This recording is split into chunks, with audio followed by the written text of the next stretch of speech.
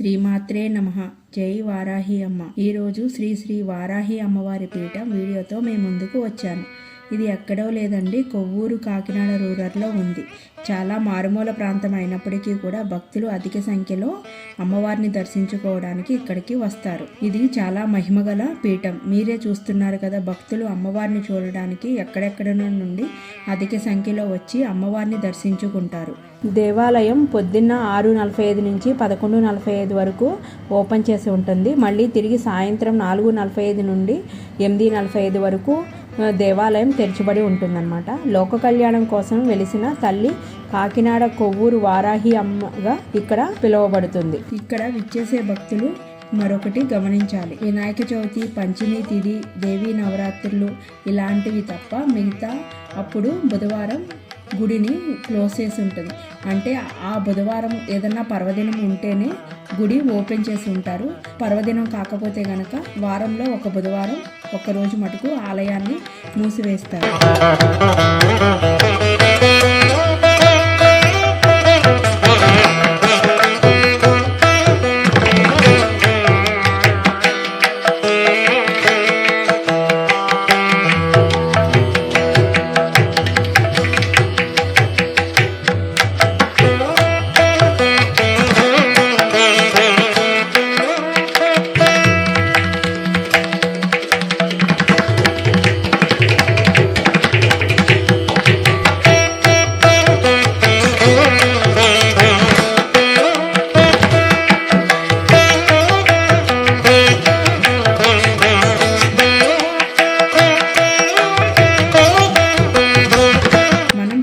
కోరిక ఏదైనప్పటికీ కూడా అమ్మవారు ఇట్లే నెరవేరుస్తారని భక్తుల నమ్మకం.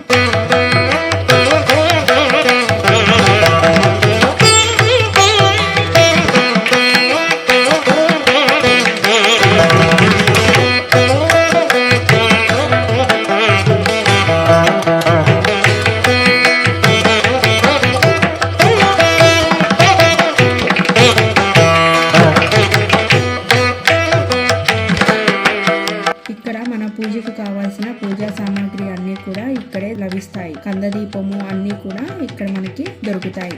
వేలాది మందికి అన్నప్రసాదం కూడా ఇక్కడ పెడుతున్నారు. అన్నప్రసాద కార్యక్రమం ఇప్పుడు చూడండి. అదే అమ్మా, ఈరోజు ఉన్నారు ఇంచుమించు ఒక 10,000 మంది వచ్చి ఉంటారు ఉదయం నుండి. ఇక్కడ అన్నప్రసాద కార్యక్రమం జరుగుతుంది అన్నమాట.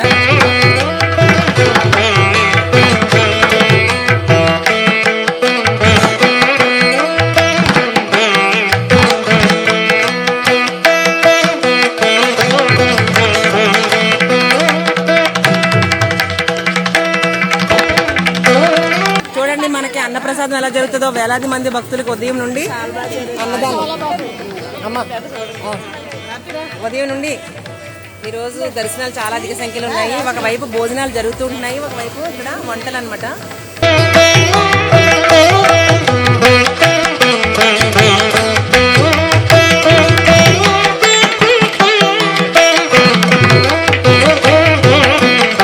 అమ్మవారికి వచ్చిన చీరలు కూడా ఇక్కడ భక్తులకి ప్రసాదంగా సమర్పిస్తారు.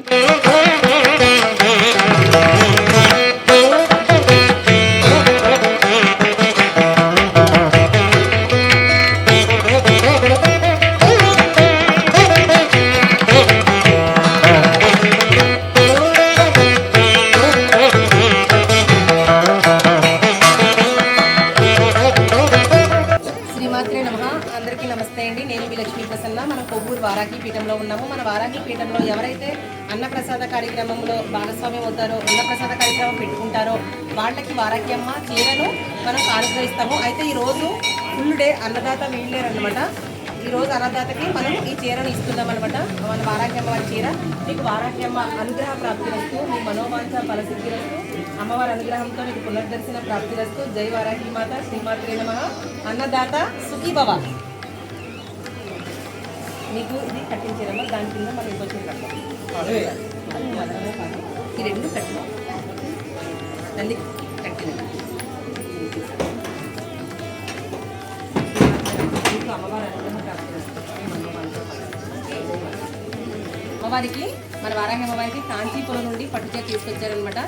మీకు అమ్మవారి అనుగ్రహ ప్రాప్తి వస్తుంది, మనోవాంఛ పరిశుద్ధి వస్తూ అమ్మవారి అనుగ్రహంతో పునర్దర్శన ప్రాప్తి తప్పకుండా కడతారు.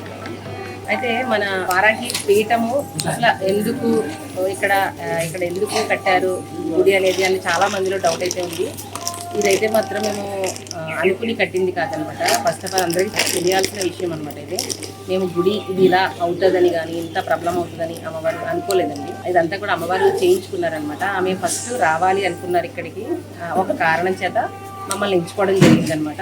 ఇది అసలైన నిజం. నెక్స్ట్ ఏంటి అంటే ఇక్కడ అమ్మవారి దయ వలన చాలా మందికి కోరికలు నెరవేరుతున్నాయి, కష్టాలు తీరుతున్నాయి. అంటే కేవలం ఇదంతా కూడా వారాహి అమ్మవారి శక్తి అనమాట. ఇక్కడ అమ్మవారి శక్తి నడయాడుతుంది కాబట్టి ఇంత వేలాది మందికి ఇవన్నీ కష్టాలు తీరడం కానీ కోరికలు నెరవేరడం కానీ జరుగుతుంది. ఇంకొక విషయం ఏంటంటే ఎలా పెట్టారు అని అడుగుతున్నారు చాలా మంది. ఇప్పుడు కట్టారు ఏంటి ఈ విశేషాలన్నీ కూడా చాలా మందిలో డౌట్స్ అయితే ఉన్నాయన్నమాట. ఈ వీడియోని అయితే మాత్రం పూర్తిగా చూడండి, మీకు అన్నీ కూడా క్లియర్ చేస్తాను. నేను నేను అమ్మవారిని ఇంట్లో పెట్టి పూజించుకున్నానండి. ఫస్ట్ అప్పుడు ఫొటోస్ కూడా దొరికేవి కాదనమాట. నేను గూగుల్లో డౌన్లోడ్ చేసి ఒక చిన్న ఫోటో అమ్మవారిది ఫ్రేమ్ కట్టించుకుని అప్పుడు ఇంట్లో నార్మల్గా పూజించేదాన్ని. ఎందుకో తెలియదండి, నాకు వారాహి అమ్మవారి కోసం ఎక్కువ తెలుసుకోవాలనిపించేది. మేబీ పూర్వజన్మలో ఏదైనా అనుబంధం ఉందో ఏమో నాకు తెలియదు ఆమెతో. ఆమె గురించి ఎక్కువ తెలుసుకోవాలనిపించేది. వారాహి అమ్మవారు అంటే అసలు ఎవరు, ఆమెను పూజిస్తే ప్రజలకు కలిగే ప్రయోజనం ఏంటి, ఆమెను ఏ విధంగా పూజించాలి, ఆమెను పూజిస్తే ఆమెకి ఇష్టమైన నైవేద్యాలు ఏమిటి, ఇలా ప్రతిదీ అనమాట నేను తెలుసుకోవడం ఎక్కువ నెట్లో కానీ సెర్చ్ చేసి తెలుసుకోవడం కానీ, లేకపోతే యూట్యూబ్లో ఎవరైనా మన పెద్దవాళ్ళు ఉంటారు కదా ప్రవచనాలు వినడం, నండూరి శ్రీనివాసరావు గారు, చాగంటి కోటేశ్వరరావు గారు ఇలాంటి వాళ్ళన్నీ వినడం, లేదా ఈ బుక్స్ ద్వారా తెలుసుకోవడం, అమ్మవారి బుక్స్ చదవడం ద్వారా తెలుసుకోవడం, ఇలా ఉండేది కొన్ని డేస్. చాలా అంటే ఇంకా మార్నింగ్ లేచింది మొదలు నైట్ వరకు కూడా ఒక్కొక్కసారి ఆమె ధ్యాసే ఉండేది. అసలు ఆమె ఎక్కువ వింటుండేదండి. ఈవెన్ భోజనం చేస్తున్నప్పుడు కానీ పడుకున్నప్పుడు కూడా ఆమెకు సంబంధించినవి వింటూ పడుకునేదాన్ని అనమాట. కొంతకాలం అయితే ఇలా జరిగిందండి అమ్మవారికి సంబంధించి. తర్వాత నేను వారాహి నవరాత్రుల టైంలో అమ్మవారిని పీఠం పెట్టుకుని ఇంట్లో పూజించడం మొదలుపెట్టాను. నా ఒక పర్సనల్ బాధ కోసం నేను అమ్మవారిని పూజించడం స్టార్ట్ చేశాను. సేమ్ టైం అదే టైంలో మా బ్రదర్కి సత్యనారాయణ గారు కదా, తనకి హెల్త్ బాగాలేదు కొంచెం. అప్పుడు కొంచెం బాగోకపోతే చాలా హాస్పిటల్కి తీసుకెళ్ళినా తగ్గలేదు. ఆ టైంలో అమ్మవారిని దండం పెట్టుకోమని చెప్పాను అనమాట మా అన్నయ్యని. తనని అప్పటికి వారాహి నవరాత్రులు లాస్ట్ 3-4 డేస్ ఉన్నాయన్నమాట. ఆ టైంలో తగ్గకపోతే ఒకసారి నేను విన్నానండి, అమ్మవారు వారాహి అమ్మవారు ఏంటంటే ఎలాంటి హెల్త్ ఇష్యూస్ అయినా సరే క్లియర్ చేస్తారని, ఆమె వారాహి కవచానికి ఆ శక్తి ఉందని విన్నాను.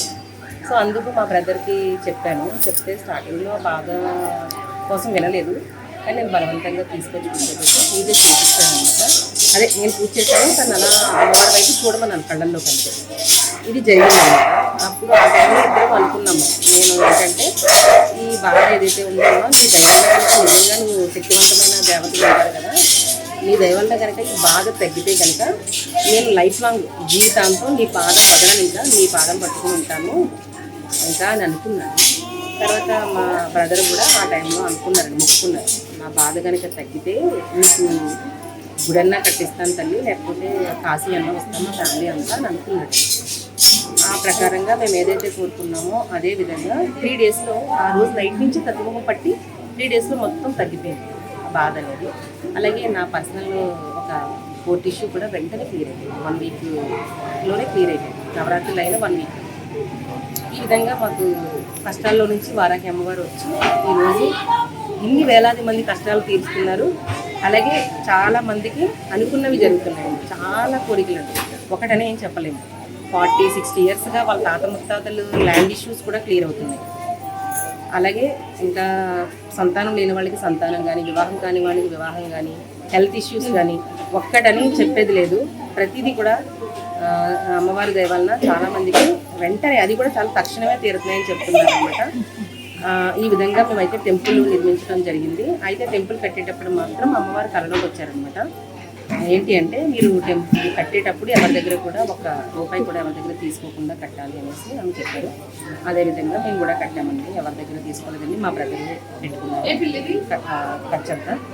నేనైతే మాత్రం విగ్రహాన్ని తీసుకొచ్చాను. విగ్రహం అమ్మవారి విగ్రహం ఉంది కదా లోపల, వాటికి ఖర్చించాను. బయట అవన్నీ ఉంటాయి కదా, అవన్నీ నేను ఇలా అమ్మవారు మా ద్వారా మా ఇద్దరు రూపంలో ఈరోజు వచ్చారు ఇక్కడికి కొవ్వూరు. ఈరోజు ఈ కొవ్వూరు అనేది ప్రపంచవ్యాప్తం అయిపోయింది. అసలు ఈ ఊరు ఎక్కడో తెలియని మారుమూల ప్రాంతం. అలాంటిది ఈరోజు ఏంటంటే వారాహి అమ్మ దైవలను ఈ ఊరు ప్రపంచవ్యాప్తంగా మారుమోగుతుంది. అది మాత్రం మేము ఆవిడే మా ద్వారా రావడం మాత్రం మేము చేసుకున్న అదృష్టం. అంటే మమ్మల్ని మా ద్వారా వచ్చిందనే కంటే కూడా మమ్మల్ని ఎంచుకుందామే, దానికి మేము చాలా చాలా అదృష్టవంతులం. అది ఈ విధంగా అయితే జరిగిందండి మొత్తం అమ్మవారి రావడం అనేది. అలాగే ప్రతి ఒక్కరికి కూడా ఇక్కడ వచ్చే వాళ్ళకి మనం అన్నప్రసాదం పెట్టడం అయితే మాత్రం జరుగుతుందమ్మా. అది కూడా భక్తుల సహాయ సహకారాలతో జరుగుతుంది. భక్తులు ఒక్క రూపాయి నుంచి కూడా వాళ్ళ ఇష్టం ఎంత వాళ్ళ శక్తి కొలది ఇస్తారో దానితోనే మనం ఇక్కడ అన్నప్రసాదం అయితే పెడుతున్నాము. ప్రస్తుతానికి అమ్మవారి అనుగ్రహంతో వారాహి నవరాత్రుల దగ్గర నుండి కూడా నిత్య అన్నదానం అయితే జరుగుతుంది. నెక్స్ట్ కూడా అమ్మవారు అనుగ్రహం ఏ విధంగా అయితే ఉందో ఆ విధంగా మేము చేయించుకుంటుందని అయితే మేము భావిస్తున్నాము. ఇక్కడైతే అంటే మన అన్నప్రసాదం ముఖ్యమన్నమాట. ఎవరు కూడా ఒకరు కూడా అన్నం లేకుండా వెళ్ళకూడదు అనేది మా సంకల్పం అన్నమాట. అందుకని ఒకసారి ఒకవేళ అన్నం అయిపోయినా కానీ మళ్ళీ వండి పెట్టడం అనేది కూడా ఎన్నో సార్లు జరిగింది, చాలా సార్లు. ఇలా అన్న ప్రసాదానికి ఇక్కడ పెద్దపీట అన్నమాట మెయిన్గా. అలాగే ఇక్కడ చీరలు కూడా మేము పట్టు చీరలు ఎవరికి అమ్మము. ఎవరైతే అన్నప్రసాదం చేస్తారో వాళ్ళకి మనము చీరని ఇస్తామన్నమాట. ఏంటంటే వారాహి అమ్మవారి చీర ఒక పుణ్య కార్యానికి ఉపయోగపడాలనేది మా ఆలోచన, మా సంకల్పం అనమాట. ఆ విధంగా ఇక్కడైతే జరుగుతుంది. అలాగే రేపు వచ్చే జూన్ 26 అలాగే జూన్ 26 నుంచి జూలై 4వ తారీఖు వరకు కూడా వారాహి అమ్మవారి నవరాత్రులు ఉన్నాయన్నమాట. గుప్త నవరాత్రులు అంటారు.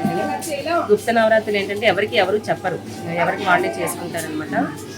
అలాంటిది మనము ప్రతి ఒక్కరు కూడా బాగుండాలనే మంచి సంకల్పంతో మనం ఇక్కడ గుప్త నవరాత్రులు చేయడం జరుగుతుంది. చాలా శక్తివంతమైన నవరాత్రులు, ఎవరు కూడా మిస్ చేసుకోవద్దు. ఇక్కడ ఏదైనా పూజా కార్యక్రమంలో కానీ హోమాలు ఉంటాయి, పూజా కార్యక్రమాలు ఉంటాయి. అలాగే అన్నప్రసాద కార్యక్రమం కానీ సేవా కార్యక్రమం కానీ ప్రతిదీ ఉంటుంది ఇక్కడ. మీ భక్తులందరూ కూడా పాలు పంచుకోవాలని ఆశిస్తున్నాము. ఎవరైనా సరే వీటి డీటెయిల్స్ కోసం క్రింది ఇచ్చిన ఫోన్ నెంబర్లు కానీ లేదా మన వారాహి పీఠము ట్రస్ట్ సభ్యులను కానీ సంప్రదించి మీరు డౌట్స్ అన్ని కూడా క్లియర్ చేసుకుంటారని ఆశిస్తూ జై వారాహి మాత. శ్రీమాత్రే నమః. మీ అందరికీ కూడా వారాహి అమ్మ అనుగ్రహం ఇలాగే ఉండాలని మనస్ఫూర్తిగా కోరుకుంటూ సర్వేజన సుఖినో భవంతు.